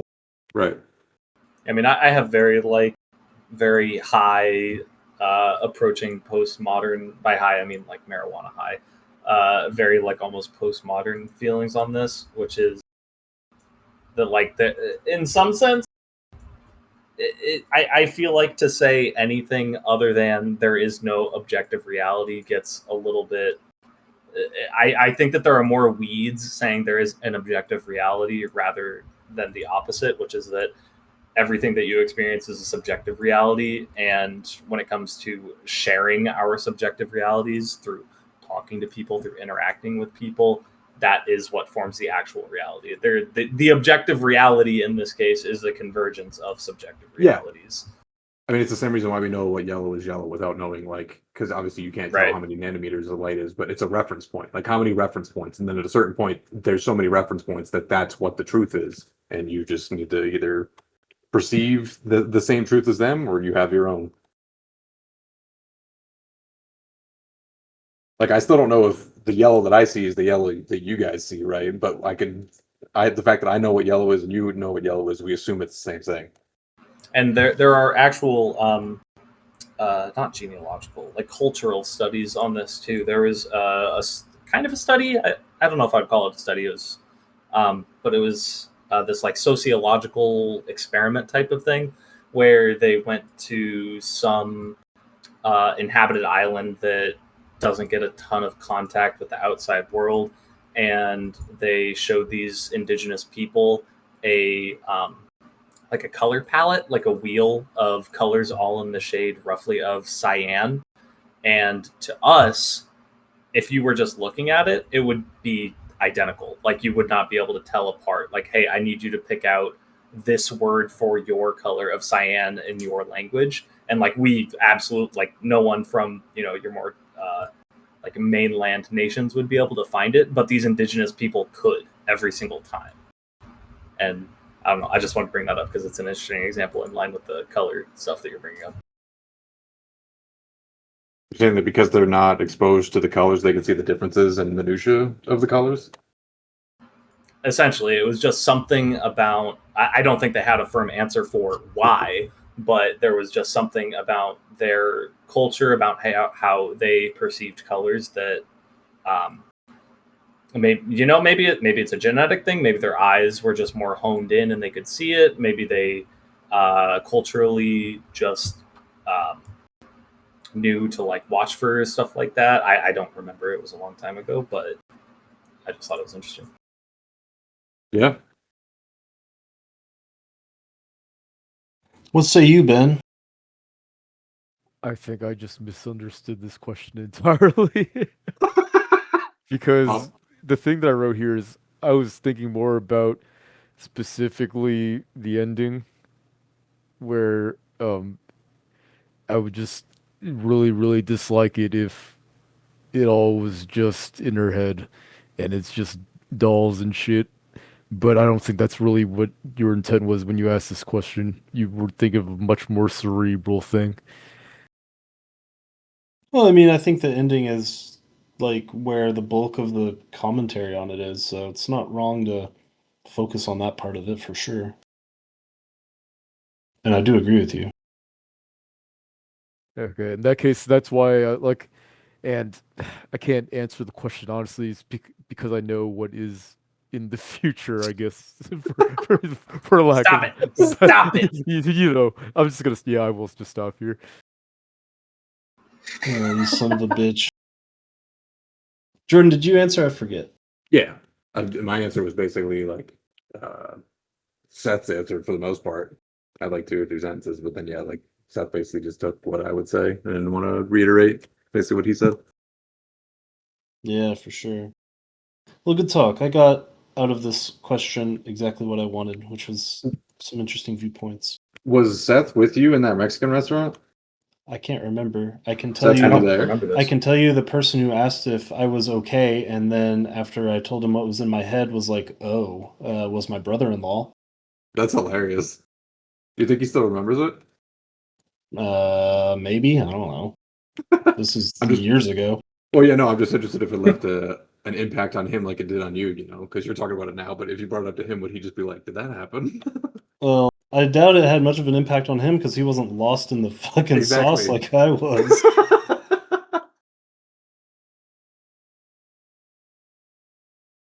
You guys want to do awards real quick?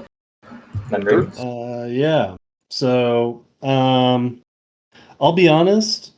Much like Ben, I had the second game in mind very much when I said to post your favorite screenshot. And as I played through the game again today, I was like, some of these are okay, but most of them are just kind of eh. Yeah. So my answer I've already spoiled. It's in the fucking Discord chat. So Mine is the same one. This one's mine. that's Oh, a that good one was one. good. That was one of the very first ones. Yeah, I like that one a lot just because it's mainly like it's a use of like the color blue that I think the game doesn't really do like ever again. So it just felt like very different than everything else. I didn't save it because I'm bad about that. But my favorite, because I'm fucked up in the head, is the one where the Pythia or whatever fucking disembowels Felix. Oh yeah. That's also a good one. I screenshotted that as well. Oh, I didn't see that one because I never chose that option. One thing I will say is whoever made that walkthrough, that it was a great guide. Zero spoilers, tells you exactly what you need to Oh know yeah. to beat the game. I It think we was were looking so at the good. same one. It was so fucking good. Whoever made that was a fucking genius. Dude, whoever makes all of those for games, like the zero spoiler, and then like the one I don't know about this one, it probably wasn't, but the ones that give you like hints and steps where it's like baby hint and then like a little more and a little more and then here's just what to do. Those people are fucking doing God's work because that takes so much Dude. fucking work to do. Dude, there was this one that someone made for Outer Wilds, and it was so fucking based. I can't even Yeah, begin to describe it. it's so sick. Like those people, like, and they get nothing back from it other than like communal thanks. That's it. Yeah, it's enough for some people. I respect that. Yeah, no, I love it. I'm so glad those people exist because yeah, Oh, yeah, it's so awesome whenever you need a Uh, resource like that and it's available. I guess I forgot to screenshot this, but there was a part of the game that was second in the running, and I think it's towards the end of the game when you're going through the various slaughterhouses, I think, and you see that like the Pythian like goddess or whatever who's got like all the fucking arms poking out of her back. That picture's fucking badass too. Yeah. I don't know why I didn't screenshot that shit. Thought I did. Yeah, I wish the Pythian had a little bit more going on with her. She was cool. In a fucked up kind of way. But yeah, TV shot at the end is fucking goated. Oh, I guess I have an honorable mention, and I guess this will be my answer just to bring a different one in. And I don't know if it counts, but I'll force it to count. The Books of Truth, and I say books plural because of episode 2, and that's it. Those were good, yeah. Yeah. I think that the Book of Truth actually has like objectively the best art in the game for sure. I guess objectively is kind of doing some heavy lifting there, but it's very good. All right, I gotta admit, I just gotta be real. I'm getting a little antsy. I'm seeing some low poll counts on the boss that we're rocking, and I want to get in there. Do you guys want to wrap up with awards? All right, let's jump into final ratings here. Well, Seth, you start then. I'm still gonna stick around to the end, but I think after much deliberation, And I don't think that I will subtract a full point value for the aforementioned fake fourth wall break, because as I answered that question, I realized I actually liked the game more without that fourth wall break, as intense as it was. So I think with everything into account, I don't think that I can give this game a positive rating because of the very negative feelings I had with the gameplay and the accessibility and such. I came into this discussion with a 5, and I think I'm ending at a 4.5. I'm sick. God Oh, damn, yeah. Yeah, right. Yes. Even the fucking decimal. that's crazy. Oh, hell yeah. I get a point too. I forgot what I even put, so when I pressed it, I was like, "Damn, I'm good." I don't even remember what I did. Damn, that's sick. All right, Jordan, you're up. Oh man. I mean, so I have like a linear scale of like every game is compared to every game, right? So it's not like because this is one bitch doing it. So because of that, this game is basically made by Matthew Matosis because it's a 1.5. Damn, That's that's so much crazy. You lower guys than I thought thought. I was higher than that. I I thought you were all gonna nail it. throughout this entire discussion, I was like, God, I knew I should have guessed lower. I think I should have gone lower after. I knew you were going to hate the accessibility stuff. I didn't realize just how much you would hate it, though. I mean, the only part of this game I think is redeeming is the art. I think it's literally just like, hey, I had some art that I wanted to make, and let's put it inside of a shell. Like to me, outside of that, I think it's cool concepts, but like executes nothing that I wanted to be a part of. I think I expected you to like the narrative more, too.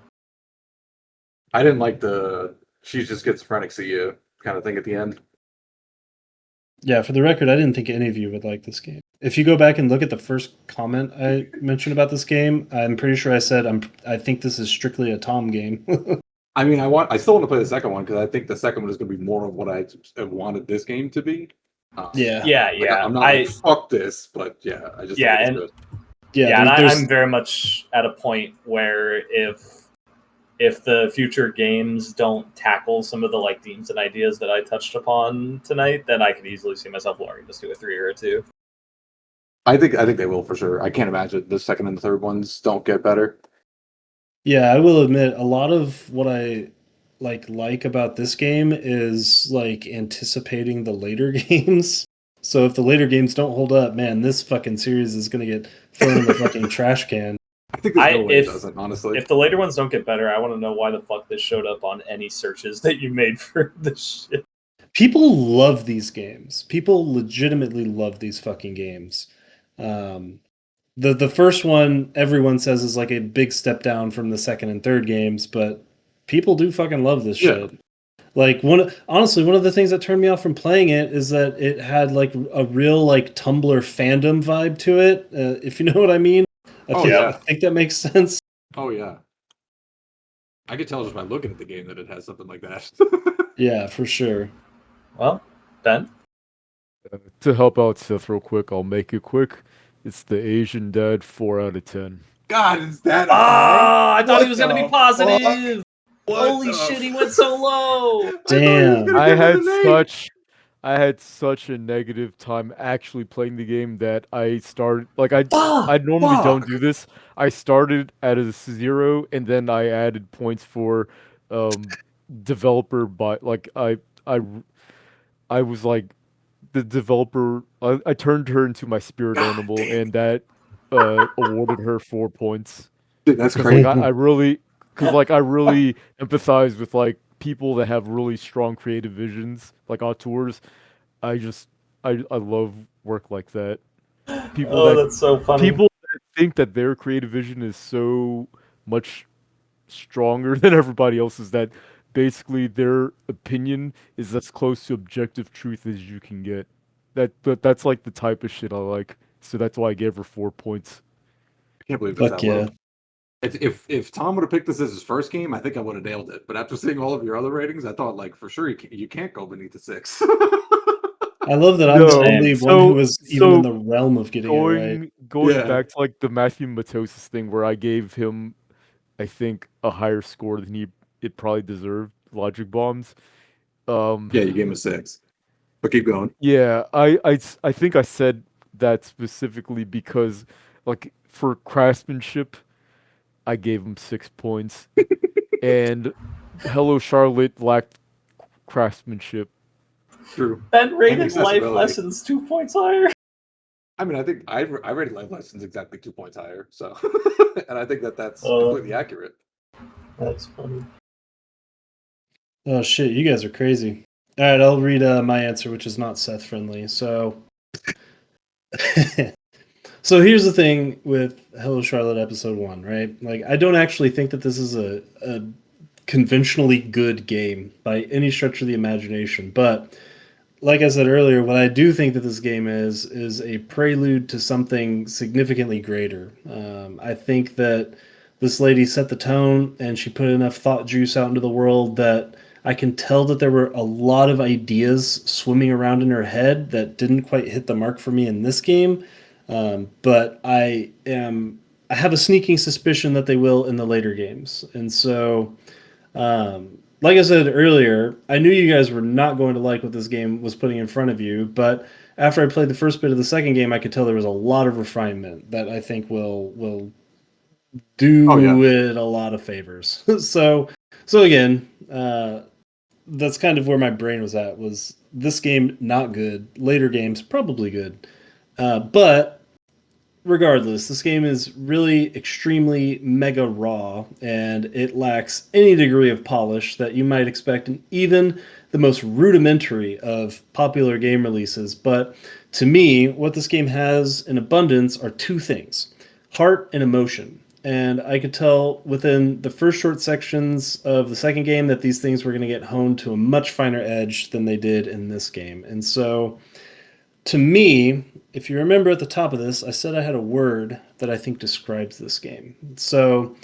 what episode 1 to me is something akin to Boris's Feedbacker or some of like the noisier The Body albums, and the word is texture.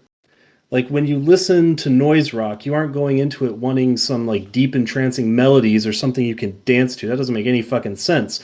What you want is texture. Texture that you can bend and morph and shape into something that resonates with you, the human, rather than you, the consumer. And so to me, this game nails that textural feeling in a way that I think a lot of its lineage also did. Like if you remember, Jordan, this is what spawned the whole discussion about tracing things back to fucking Earthbound. So like Yume Nikki, Space Funeral, Earthbound, all those games. It doesn't need to pile a shit ton of exposition or obvious imagery or narrative linearity into its plot salad. It just needs to provide like that emotional texture that makes me feel a certain way, and there's enough meat on the bones that I can chew into what it's trying to tell me. So in that regard, I think the game did a really fantastic job. And in every other regard, to say it's lacking would be very generous. So basically, it's a good thing that this game was only 2 hours long. Even some of the art panels in this game are just absolutely nothing compared to what I saw in the second game. So again, raw and unrefined with a lot of downsides, but with a solid stem or structure that definitely made me excited to see what is coming next. 6 out of 10. I think I I nailed was it. close. Did I nail it? I don't remember. I don't remember what I. Did I nail it? Did I say 6? Oh, I did say 6. Fuck yeah. Owned. I was way above. Yeah, same. Yeah, because I put Ben for a 7. Damn, Hell, I've I been did it. I've been lacking the past couple episodes. I got someone. It's tough. It's definitely not easy. Yeah, I feel like ever since y'all stopped like typing in the discords when you play, like my powers have been nerfed. Since we stopped, I never really typed. Seth definitely stopped. I did. No. It's not that I stopped. I did make an effort to put a couple lines in there today because I just played it yesterday. I just need to stop waiting until the day before. Yeah. Yeah, that's key. That's key. Y'all gotta stop procrastinating. I mean, I played it early. I just don't. I try to save all the meat for here, typically. He's secretly just trying to win the game. We'll go ahead and call that an episode. And that was our final Intermezzo game before Baldur's Gate Act 1 discussion next week. Big hype.